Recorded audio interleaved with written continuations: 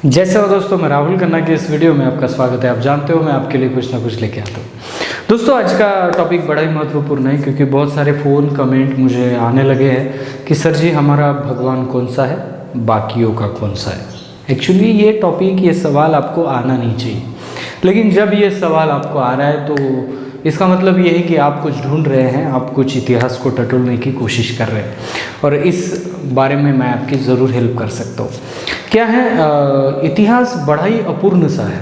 कोई भी ऐसा ही नहीं है, कोई भी इतिहास बड़ा अपूर्ण सा है। कुछ उसके मुद्दे जो है वो हाइड है।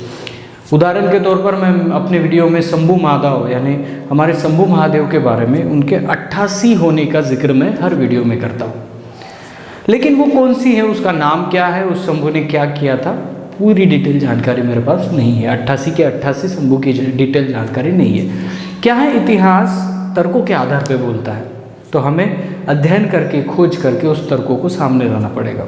आज भी बहुत सारे रहस्य ऐसे हमारे कल्चर, सभ्यता, हमारे पाटाओं में दबे पड़े हैं जो हमें समझ में नहीं आए, उसको समझना पड़ेगा। लेकिन क्या है दोस्तों कि ट्राइबल लोगों को ना किसी धर्म से बांधने की कोशिश हो रही है। उनको ज़बरदस्ती से उनके गांव में जाकर बताया जा रहा है तुम हमारे धर्म से आते हो। और ट्राइबल लोग जो गांव विलेज की तरफ रहते हैं, उनकी पढ़ाई ज़्यादा ना होने के कारण किसी भी लोगों की बातों में वो लोग आ जाते हैं। और ऐसे ही हुआ और बाकी धर्मों ने हमारे विलेजों में यानी ट्राइबल क्षेत्रों में एंट्री मारी। ठीक है, उन्होंने एंट्री मारी, उनको उनका प्रचार प्रसार करना था, उनको ये बताना था कि आप हमारे धर्म से बिलोंग करते हो वगैरह वगैरह। लेकिन असलियत वो भी नहीं जानते, क्योंकि अगर आप ट्राइब को यहाँ का प्राचीन पाषाणकालीन मानव मानते हैं तो आप उनको किसी धर्म में अटका ही नहीं सकते, क्योंकि वो धर्म के पहले के हैं। तो क्या उन पे कौन सा धर्म लागू होता है? कहने का तात्पर्य ये है कि बहुत सारे फेस्टिवल इंडिया में मनाए जाते हैं। उस फेस्टिवल में अनेक भगवानों को पूजा जाता है और फिर हमारे लोग कन्फ्यूजन में आ जाते हैं, कन्ना के सर जी क्या ये भगवान हमारा है, क्या वो भगवान हमारा है, ऐसे सवाल आते हैं। देखिए, संविधान के अनुसार आप स्वतंत्र हैं, आप किसी भी धर्म को, किसी भी भगवान को मान सकते हैं, लेकिन आपको ट्राइबल विचारधारा के अनुसार अगर चलना है तो आज आपको ये मेरा वीडियो पसंद आएगा और ये वीडियो आपके लिए बहुत महत्वपूर्ण होगा। देखिए, मैं किसी के घर में जाकर आपको ये नहीं बता रहा हूँ कि ये भगवान झूठा है, ये भगवान सही है।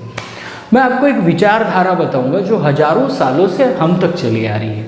उस विचारधारा को अगर आप अप्लाई करते हैं तो आपको सही रिजल्ट मिल सकता है। देखिए, बहुत सारे ऐसे तथ्य हैं जिसके आधार पर हम इस नतीजे पे तो पहुंच सकते हैं कि कौन सा पाखंडी भगवान है और कौन सा नहीं है। यानी हमारे ट्राइबल सिस्टम में हम गोंड है तो हम पेन कहेंगे, कोई दूसरा कहेगा, कोई ट्राइबल अनेक प्रकार की जो कबीले भाषा है, अपने भाषा में इस पेन सिस्टम को बढ़िया से एक्सप्लेन किया है, भगवान शब्द नहीं आता। तो चलिए हम जानते हैं कि क्या लिंक लगता है। देखिए, सबसे पहला पॉइंट जिसके आधार पे आप बहुत ज़्यादा तो हिस्ट्री नहीं जानते फिर भी आप तर्क लगा सकते हैं कि देखिए, मैं सीधे सरल भाषा में आपको बता रहा हूँ कि पहला पॉइंट ये है कि किसी भी भगवान को टटोलने से पहले उसके जन्म की कहानी सुनिए। उसका जन्म कैसे हुआ, कब हुआ। तो अगर उसके जन्म में वो माँ के उदर से जन्म लेता है, माँ की पेट से जन्म लेता है, हमारे जैसे स्ट्रगल करता है, तो शायद हो सकता है वो कहीं महापुरुष हो।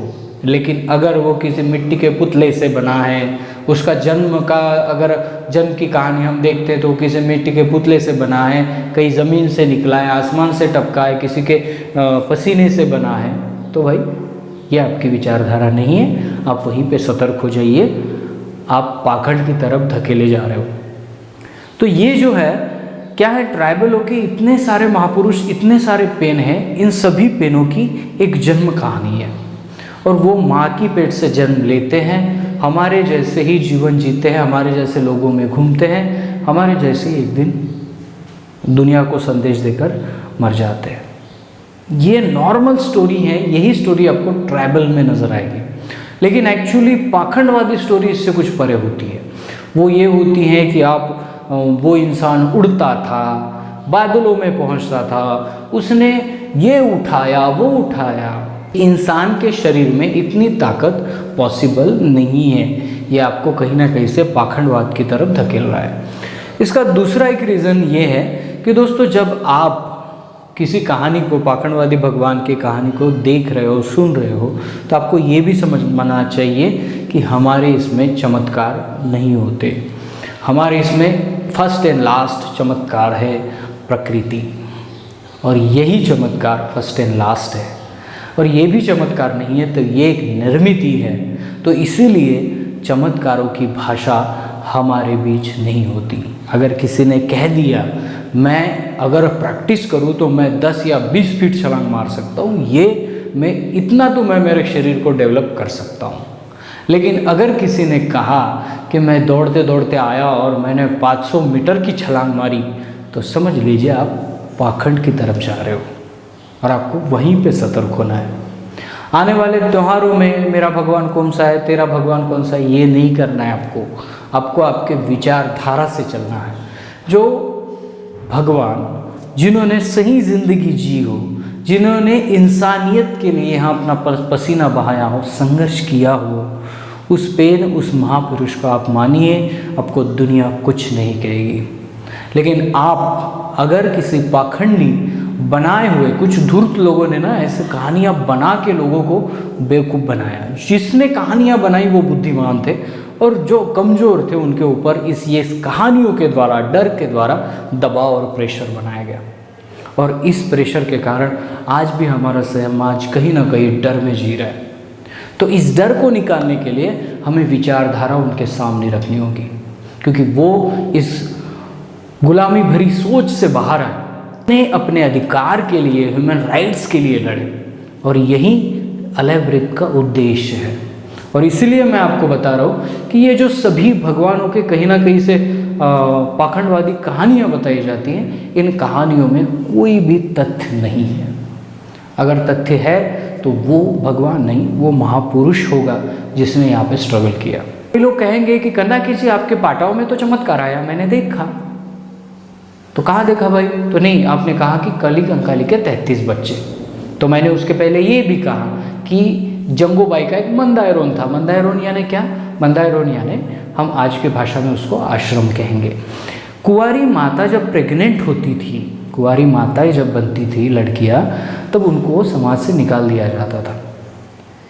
लड़कियों की ज़िंदगी ऐसे होती थी, कोई राजा ने आक्रमण किया, डेरा डाला, तो उनके सैनिक गांव-गांव में फैल गए। किसी सैनिक ने किसी की इज्जत लूट ली, छोटी बच्ची की इज्जत लूट ली। वो प्रेग्नेंट लड़की माँ बन गई, उसको समाज से निकाल दिया, तो उनके बच्चे कहाँ जाएंगे? तो जंगोदाई ने ऐसे लोगों के लिए मंदायरोन बना था। इस मंदायरोन में बाकी बच्चे थे। कली कंकालियों को यानी कलियादाई को जो बच्चा हुआ उसको सबको गिन कर 33 बच्चे बने थे। तो लोगों ने क्या किया, हमारे पाटा में इतना डिटेल वर्णन नहीं है, हजारों सालों से जो पाटा रहे वो सीधे बता रहे कली कंकाली के 33 बच्चे। तो हमने ये समझ लिया कि कली कंकाली ने 33 बच्चे दिए। तो इन सभी चीज़ों को हमें अच्छी तरीके से समझना है, किसी पेन को बदनाम नहीं करना है। हमें ये भी बात ध्यान रखनी है कि हमारे पाटे झूठे नहीं हैं, समझना नहीं आ रहा है हमको। तो इसीलिए इन सभी चीज़ों को देखिए, कोई भी भगवान, कोई भी पेन आपको कंफ्यूज हो जाता है कि यार ये हमारा है कि नहीं, तो सीधा लॉजिक लगाइए कि हम प्रकृति वाले इंसान हैं, हम संघर्ष करने वाले इंसान हैं। तो हमारे इसमें जो जन्म होता है वो माँ की उदर से, माँ की पेट से, माँ की कोख से होता है, माँ की कोया से होता है। तो क्या वो जो भगवान है बैठा है वो माँ की कोख से निकला है? नहीं निकला है। तो ये काल्पनिक थ्योरी ट्राइबल संप्रदाय में नहीं आती। क्या उस पेन ने, क्या उस भगवान ने यहाँ पे स्ट्रगल किया है कि जन्मे जन्मे देना शुरू कर दिया? देखिए, कोई भी इंसान पहले यहाँ स्ट्रगल करता है, अनुभव ज्ञान को कमाता है, और उसके बाद वो लोगों को समझाने के लायक बनता है। लेकिन अगर कोई जन्मा हुआ टोई करके आपको आशीर्वाद दे रहा है, समझ लीजिए जब उसके माइंड में जीरो बैलेंस है, आपको देगा क्या वो? तो इसके लिए कुछ बातों की ध्यान रखिए कि हमें किन से ज्ञान लेना है, हमें किन के सामने सर झुकाना है, और हमारी विचारधारा क्या है। तो दोस्तों कहने का मतलब ये है, मैं किसी भी भगवानों को कम ज़्यादा नहीं कहता, अपनी अपनी श्रद्धा का विषय है, लेकिन मेरे समाज को अगर पाखंडवाद से दूर करना है, चमत्कारवाद से दूर करके प्रकृतिवाद के सामने लाना है, तो मुझे ऐसी बातें कुछ आपके सामने रखनी पड़ेगी। अभी इस वीडियो को देखने के बाद तो आपको समझ में आया होगा कि आपको क्या करना है, किस विचारधारा के तरफ जाना है। मानवता, इंसानियत जिस धारा में आपको ले जाएगी वो सत्य का रास्ता है। इसे ही हम गोंडी लोग पुनेम कहते हैं।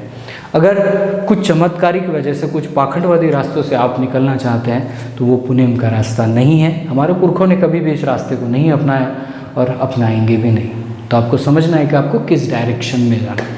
दोस्तों आपके लिए एक बहुत बड़ी खुशखबर है कि आने वाले 4-5 दिनों में मैं मेरी बुक यहाँ पे पब्लिश करने वाला हूँ। हालांकि वो बुक फिजिकल कंटेंट नहीं है, वो बुक रहेगी ई बुक में। उस किताब का नाम है भारतीय सभ्यता कौन सी। जब मैं एक प्रोग्राम में गया था तो एक संचालक ने सही शब्द में कहा था, भारतीय सभ्यता के अनुसार हम आज इनका स्वागत करेंगे। उन्होंने मेरा स्वागत भी किया था एक्चुअली।